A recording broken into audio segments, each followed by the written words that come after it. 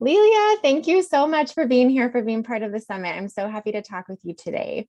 Me too. Thanks for having me. Yes, let me just read your bio for people who have not had the pleasure of meeting you yet, and then we'll just dive right into this topic. So Lelia is a sought-after speaker and writer on authenticity, compassion, and connection. Fortune 500 companies and professional associations from across North America regularly hire Lelia to support their teams. Described as the confidence fairy godmother we all need, which I just love that so much. So true. Lelia has delighted audiences ranging from auto care and healthcare workers to cocktail connoisseurs to women in roofing.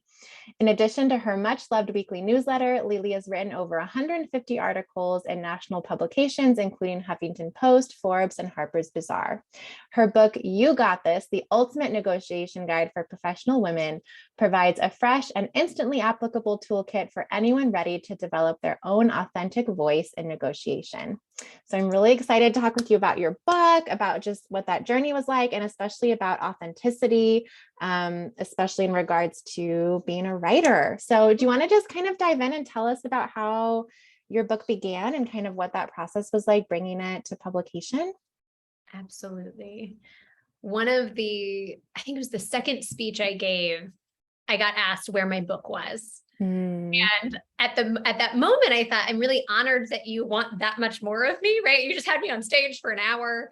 How lovely. And it planted the seed, and that kept happening when I got off stage, talking about negotiation from this place of authenticity. And it's funny now to look back, because I wasn't framing it as this is a book about how to find your authentic negotiation voice. I think I was actually talking about it, but it wasn't like the main thing that was top of mind, right? It was bringing levity to difficult topics. And what I've seen over the years of doing this work, so this book came out in 2019, and what I've seen again and again is how much it's resonating with people because it gives them permission to be authentic in their negotiation, that it's not, you have to do this, you can't do this, you should do that. And to shift the focus from like, these are the strategies that make someone an effective negotiator, to you actually have all the tools within you already to authentically negotiate in a way that is going to be effective. The more you can align with what feels true to you, the better you'll be in self-advocacy. And so the book really came from all of these conversations I was having with mostly women after conferences, after I would keynote, and in coaching sessions. And what I noticed was how much of the consistency there was across people's pain points. And so certainly, the book is divided into sections, and the first and second sections are before the negotiation, during the negotiation, and kind of the preparation that goes into that. But then the last section is all about navigating our emotions. And for me, that piece was among the most interesting to write, because it was where I saw a gap in the literature, and where I saw a gap in sort of what people have been told or their expectations about, like, have no emotions about negotiation, which I thought was a rather absurd premise, given that you're usually advocating for something that's really important to you. Yeah. And so to hold space for that was a key motivator for me in actually bringing the book to fruition. I love that. And as you're describing your purpose for the book and authenticity and negotiation, it just brings up for me this whole idea of like authenticity in writing this book and like being true for you and how you wanted this book to be in the world. Do you want to talk a little bit about that? Because I love the illustrations in your book. I love the tone of it. And I know that you've gotten so much wonderful feedback about the levity, as you mentioned, which I think though is really brave. Like, I think there's a lot of bravery in being authentic to yourself in ways that maybe seem different from other books that you see out there, or maybe voices in your head of how you should be doing something. So did you want to just talk a little bit about that journey too? What I noticed happening with some frequency when I first started writing was this instinct to kind of fall back on my education. So my undergrad's in sociology and my master's is in public policy. So my training as a writer is very much has been previously. So in my mid-20s, when I started writing, so much of my training was how to be devoid of voice. And when I write a policy briefing, I don't want the senator to be thinking about who the person is who wrote it. I want them to be seeing these are the facts, and this is the next logical decision to make in terms of policy. Mm-hmm. And my first essay that I shared in my newsletter community, this is many, many years ago, I was sitting down. I remember where I was in the room. We all had those moments where it's so vivid, you know where you were sitting. And I was sitting on one side of the table. Monica was here and my other two friends were across from me. And I said, hey, what did y'all think of my newsletter? And the friends across from me said, oh, it was wonderful. It was so good. Really enjoyed it. And Monica said, it was really well written and kind of boring. And we all need a friend like Monica. Right? And she kind of recoils when she's like, oh God, I can't believe I said that. I'm so sorry. And I'm like, it was among the most valuable pieces of feedback I've ever gotten, because it helped me recognize it was the beginning of this shift to saying, I want to write like myself. I do want to have a voice that is true to me and is going to make me more effective. The kind of writing I want to do isn't the policy briefing that was my training. It's instead a very humanist approach to saying, I want to support people in tapping into what's true to them. And if I'm writing in a way that's policy briefing style, that's not true to me. And the strategy that I've shifted to has been incredibly effective. I have a writer friend who says, oh, you're very voicey. I could read any sentence and know it's a Lelia sentence. And to now have shifted into a very conversational tone that is using playful narrative storytelling to demonstrate these strategies of negotiation, gives people permission to say like, oh, I'm not like a dude in a corporate boardroom in my black or gray suit. I am somebody who identifies differently, whose life experience is different, and I can bring that into the conversation. I don't have to play by these rules that don't serve me. I love that so much. That just resonates so deeply too with this idea that I think sometimes we have as writers, especially when we're embarking on something like a book that can be overwhelming. It can seem really intimidating. And what you were talking about, like falling back onto our past experience or training, or I think that's why sometimes it can be tempting to just fall down the rabbit hole of just researching endlessly, reading different writers and trying to be more like them or copy them instead of going inward. And what you were saying about negotiation is exactly true with writing too, like how you already have everything that you need inside of you. And so instead of trying to look outward so much and figure out what to do, instead turning inward and thinking about like, what type of book do I want to write? Like, what is my authentic voice? And what if I sort of leaned into that even more, as opposed to trying to like lean outward and think about like all those external, questions that we ask ourselves. And the shoulds, right? It's, I'm laughing to myself because Dallas, you did this for me, you mirrored for me, I don't know, right before we hit record, because I shared that I'm starting a fiction project. And while I can talk all day long about authenticity in strategy, right? I wrote this book about negotiation strategy, and I felt I wrote it in a very authentic way. I write personal essays each week about those real life moments we all experience, but don't always talk about. One of my most popular was about like the peer pressure to get Botox. I loved that one. I love your newsletter. Writing about, caregiving responsibilities, elder care, chronic illness, miscarriage, right? Like all these things that we all experience, and talking about them with levity and authenticity and bringing in my own storytelling. I feel great about that. And the minute I switched genres, I told you ahead of time, like I started a new fiction project, my first in 18 years. I started it Monday. Thank you. But what I want to share with our listeners and viewers is that I came to you and I was like, okay, but I don't know how to write fiction. And what did you say to me? Do you remember? I said, well, you already do know. You have so much inside of you you've read so many stories, you tell stories all the time, and that it's the same, whether it's fiction or nonfiction. And so there was this voice inside of me, even as someone who coaches, teaches, leads keynotes on authenticity. In myself, I was like, oh, but as a fiction writer, I need to be different. And that not enoughness that I think so many people, particularly those of us who are socialized as women or socialized with marginalized identities, there's a real imposter syndrome that can come up. Yeah. And I remember struggling to accept this identity as a writer and sharing with my dear friend and writing coach, Anya Groner, that I had this nagging feeling like I wasn't a writer. Who was I to claim this title? And, you know, even if I list my accomplishments and reread my bio, right? Like I've been paid by strangers to write over 150 articles in national publications. I have a book that people read. And I'm still like, but who am I? And she said, oh, that never goes away. And I think the shift for me there was, okay, if Anya, who like has written for the Atlantic and the New York Times, is like, in my mind, like a real writer, if she still feels that, then like, what's the point? Like this insecurity is no longer interesting to me. And yet it popped right back up when I switched genres. But it's like, hello again. Okay, you're not in charge.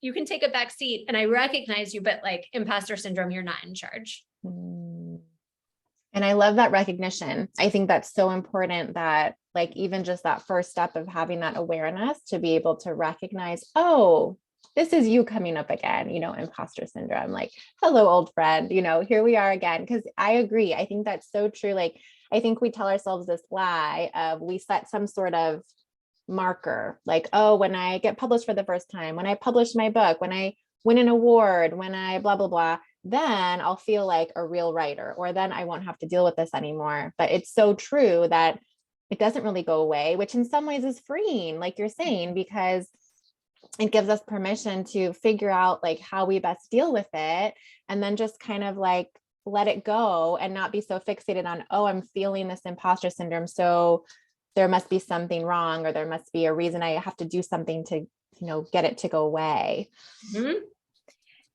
And when it's not a problem to be fixed, it takes some of the power away. And so some of that, like, I need to produce more so that I can feel like enough, shifts into like, oh, there's no amount I can produce that's going to make that voice go away entirely. So I can trust, I mean, and you mirrored this for me right before we started recording, is like, I can trust myself and I can trust my writing to meet the moment. I love that. I can trust myself and I can trust my writing to meet the moment. That's a beautiful affirmation. And also what comes up for me is hearing you talk is, I think what you're bringing up, these ideas of authenticity, of sort of building your toolbox, you know, your inner toolbox to kind of deal with imposter syndrome when it comes up, finding your voice and really like leaning into your voice. I feel like these are really foundational aspects that help us so much in our writing and like in our creative selves, sort of as whole beings. And what you're talking about with like your voice, I think that gives you so much freedom to feel like you can write in so many different genres. Like your friend was saying, you know, I recognize a Lelia sentence as a Lelia sentence.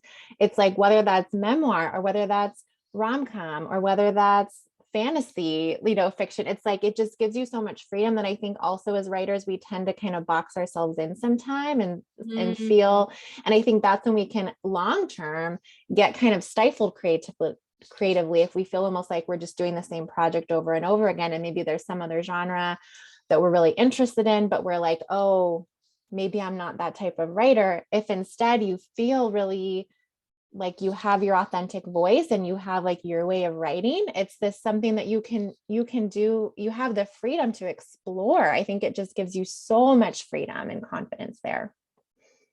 Dallas, I'm reminded of the coaching. So I don't coach anymore, but when I did, how much we would talk about like the skills that you had in one role are transferable to others. And so if I was a dental hygienist, my skills of like cleaning teeth aren't going to be relevant necessarily if I leave dentistry, but the skills of organization, of client facing, like meaningful interaction, I have lots of transferable skills. And when I think about my skills as a writer, so much of it stems from my ability to translate what my inner experience is and share it with others in a way that gives them permission to feel their emotions, that gives them permission to see themselves in my story, and often project onto me, onto my writing, what their truth is that may have been inaccessible when they're just day to day moving through their lives. Mm-hmm. And that's such a beautiful, like, a mission statement for your writing as a whole. That's like a greater why that I feel like permeates. I always talk with my clients about finding a greater why for like a particular book project. But what you're describing feels like this greater why, sort of this overarching, like, greater why for your writing as a whole. That's so beautiful. I got goosebumps. I just love that. Thank you. It's when I was writing regularly for Forbes, the feedback I sometimes got from my editor was that it wasn't prescriptive enough. And I was like, yeah, that makes sense, because I don't really believe in prescriptions. So my capacity to write in a, like, here are 7 strategies to work from home. I can do that. I did do that. I had success doing that. And my time at Forbes, I think, really supported me honing the, like, flexing the muscle really consistently of writing, and kind of gave me a benchmark of like, oh, I don't want to write like that. Yeah. And I keep trying to, like, write enough in there in what they're saying, like how to navigate your emotions at work, how to do this at work, right? Just modify it. And to now have this newsletter community of people who write to me and say, like, this, like, I took a breath in a way that I haven't in weeks, or I relate so deeply to this. I feel so seen, right? Like, that's my inspiration. That's my motivation. I had someone say my newsletter is like a hug and cup of tea in newsletter form. It's true. It is. And I want to get into your free gift, but what else came up for me there was that sometimes we might get feedback from others about, something that is like a weakness, either about ourselves or about our writing. And I think it's so important to take in that feedback with like our own authentic perspective, and that recognizing that sometimes that's actually a strength, right? So like, you not being prescriptive, maybe to an editor at Forbes, they wanted you to be more prescriptive, but actually, as you like lean into your voice and find your voice, it's like, that's actually a huge strength of yours, is like not being prescriptive. So I think that it also ties into, just if you're listening to this, anyone that you feel like there's certain feedback you've gotten of like a weakness of your writing, is there a way that you can actually look at that maybe it actually is a strength that you have if you like turn that around? Dallas, I appreciate you highlighting that, because it kind of brings to mind another piece of feedback that actually was quite useful in the context of my writing, which for a while after I'd been writing for Forbes, I felt I needed to put a bow on every experience that I had and translate for the reader really concretely. And so this is what this means. And the shift to trusting my reader to be able to get there has been really meaningful. And I think when it's a business book, it's a little bit different, because you want it to be as simple and clear a process as possible. And I think one of the elements that I really value in You Got This is that there's spaciousness for individual journey. And that instinct toward prescriptiveness, I give sample language, and I'm also like, because it's helpful to have a starting place, not because this is what you should say. And that shift where your expertise doesn't depend on you being the only one who is right. I love that. I love that so much. That's so true. And it also gives freedom that like someone else's expertise doesn't mean that you are wrong if you have a different perspective than they do. I love it. I could just talk to you all day, but thank you so much. We should wrap this up, and I want to make sure we have time for people who want to subscribe to your newsletter and get that warm hug and cup of tea. You have a beautiful free gift you're offering too. Do you want to just go into what that is and how people can get more from you? Absolutely. Thank you for having me. This has been a really delightful conversation. And I think creating spaces where people can tap into different voices than they may have heard, different experiences, and kind of lifting the veil of what writing a book entails or what that physical experience, emotional experience can be. So the free gift I'm offering is a quiz that I created that's like a Cosmo style quiz that's super fun to take. It's 6 questions, really easy. It was actually a fun writing challenge to put together and say, like, I don't want people to think that I'm, classifying them or giving them a diagnosis about their authenticity. Like, this is what's wrong with you and why you're not authentic. It's instead to say, these are 4 patterns that I notice in myself and in others about what's holding them back from being their truest self. And like these silly earrings that Dallas complimented me on earlier, like that's something that was I felt nervous about showing this sparkly part of myself. And so this quiz is a super fun, easy breezy, quick way to kind of check in with yourself and see where that gap might be. Is it imposter syndrome? Is it people pleasing, et cetera? And so the link is below, but it's just leliagowland.com/quiz. And it'll give you a sense of where you're at in this moment and what some good next steps might be. And it will also sign you up for my newsletter, which again, it's one of my favorite things that I do. And the community that's come with it has been really powerful. So if what I've shared is of interest, I would love to have you in that space as well. I would definitely recommend. I just love your newsletter so much. And I think it is like a hug and a warm cup of tea. And it also is very just inspiring as like a fellow writer. I think there's you just give a lot of permission.